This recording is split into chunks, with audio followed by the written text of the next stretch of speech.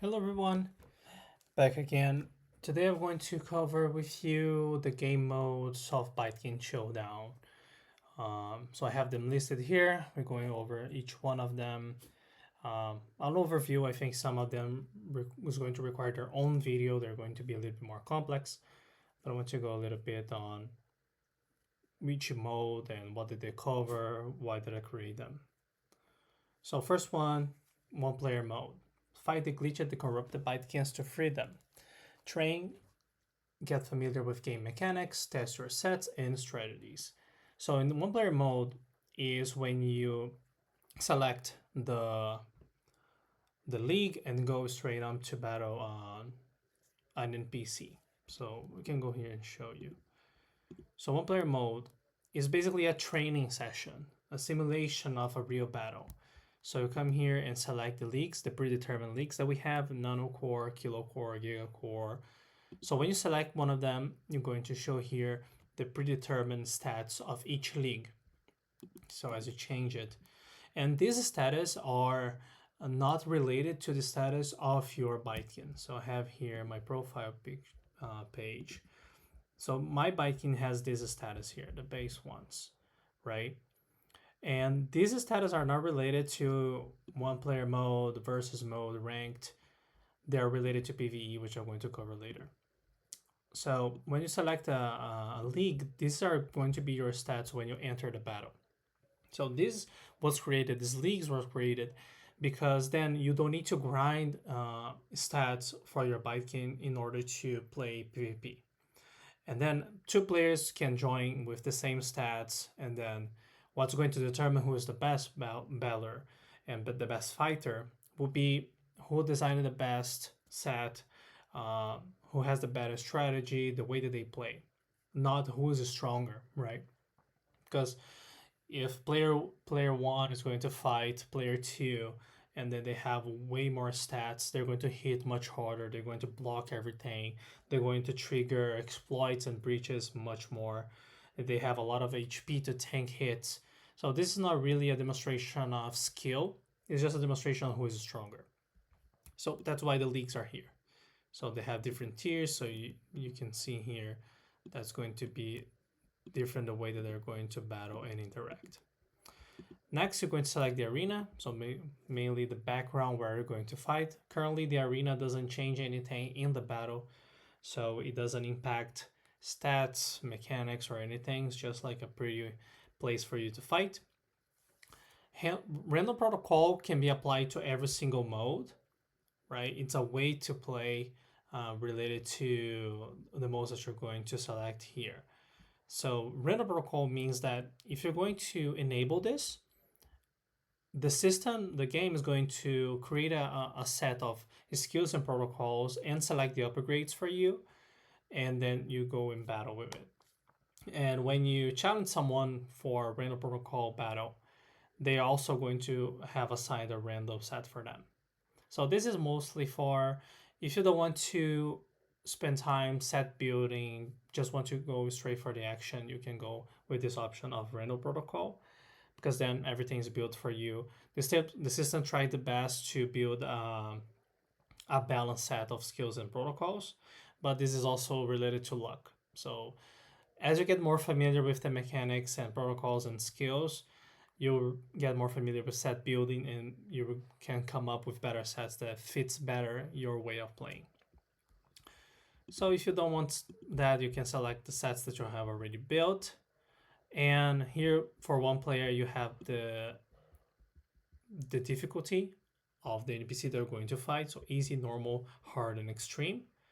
So of course, these are going to change how the AI is going to fight you. So if you're going for easy, normal, hard, they're going to behave differently when they're responding to your attacks and the way that they play, and if this match is public or not. So every single match, I think we can see that later, but I think that only the ones that are public by default are the ranked ones. But as you fight one player, two players, these matches can be selected if they want them public or not. So the idea is that maybe you want to create a new strategy, you want to test a new set that you design with the NPC or against another player. You want to have this practice, and you don't want this match to be public for other people to see what you're doing, the strategy that you are developing. So you can select that to not be public, so other people cannot spectate your battles or check replays later. So like it could be a little bit more private. So these are for one player. For versus mode is basically a PvP. So two-player mode, send challenge to another player, test each other's limits, and sharpen your abilities. Share ideas and build a strong, friendly, competitive community. So these are unrated matches for PvP. So you can just send a challenge to another player and select the league. And you can see here there's a new league. I'm going to cover that. Select the arena, random set, if you're going to use a set that you design, or a random one. And here for PvP, you have the option to select to enable timer or not. So if the timer is enabled, of course, if you run out of time, when the timer reaches 0, if you have not sent a move in the battle, you're going to lose automatically. So this is to avoid stalling and people not like engaging the battle, just leave you hanging there. They're going to run out of time and then you win automatically. And if it is public or not, like I mentioned, if you want to make this battle private. So coming back a little bit here on the league, you have a new one here called open source. So the open source league, basically it gives you the chance to design what stats do you want to join this battle. So you can determine, when you send it a challenge, you can determine how many points you want to put in this match. So let's say that I will put 100 points in this battle. So what does this mean is that I have 100 points to spread here on my stats the way that I want to. So I can put 50 HP, 10 attack, 10 defense, 10 agility, and dump the rest on the mind stat.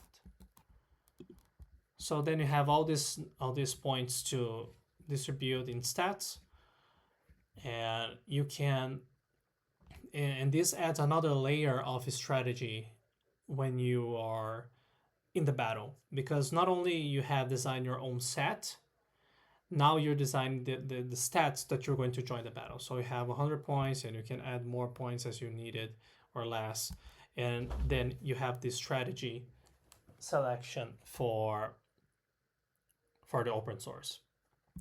And when you send the challenge to the other player, when they open the details of the challenge, they're going to see that they have 100 points to distribute to, and then they're going to distribute for that specific challenge and then join the battle with those stats. So the idea is that although both players are going to have the same points to distribute, like 100, 200, 500, whatever, they're going to come up into the battle most likely with different strategies for builds, besides the different sets. So not only demonstrate how each player is going to approach the battle, having the same amount of points between those two, but they can spread differently depending on how they're going to strategize. So if they want to have a more tanky build or more offensive build, or if they want to rely more on status mechanics like overclock and exploits, so they can use those too. So I think this is pretty good to have players to express their strategy in various ways. I have a ranked mode. So for ranked mode, it's time to prove yourself and your Bytekin as the best of the best. Queue for ranked matches, gain elo, and climb the ladder to the top. So ranked is much simple. You're going to select the league that you're going to battle, and you're going to select if it's going to be random protocol or not, and then you hop on a queue. So if you have other players with the same preference as you, like the same league, and if it is random or not, then and of course you have similar level of elo, the same amount of elo, then you're going to go straight into a battle with them. And of course this battle is going to be a rated one. So if you lose, you are going to lose elo. If you win, you're going to gain elo, and then you can climb the leaderboard as you play more and more. And for each combination of league and random or not, so for example, here you have, if I play a match on nanocore and random protocol, and I lose or win, that elo that I gain or lose is going to be related to the specific combination of league and random protocol or not. If I come here again and join a queue for kilo core not random, right? I select my own set and go to queue, battle, win or lose. I'm going to gain or lose elo. That elo is going to be related to kilo core not random protocol, right?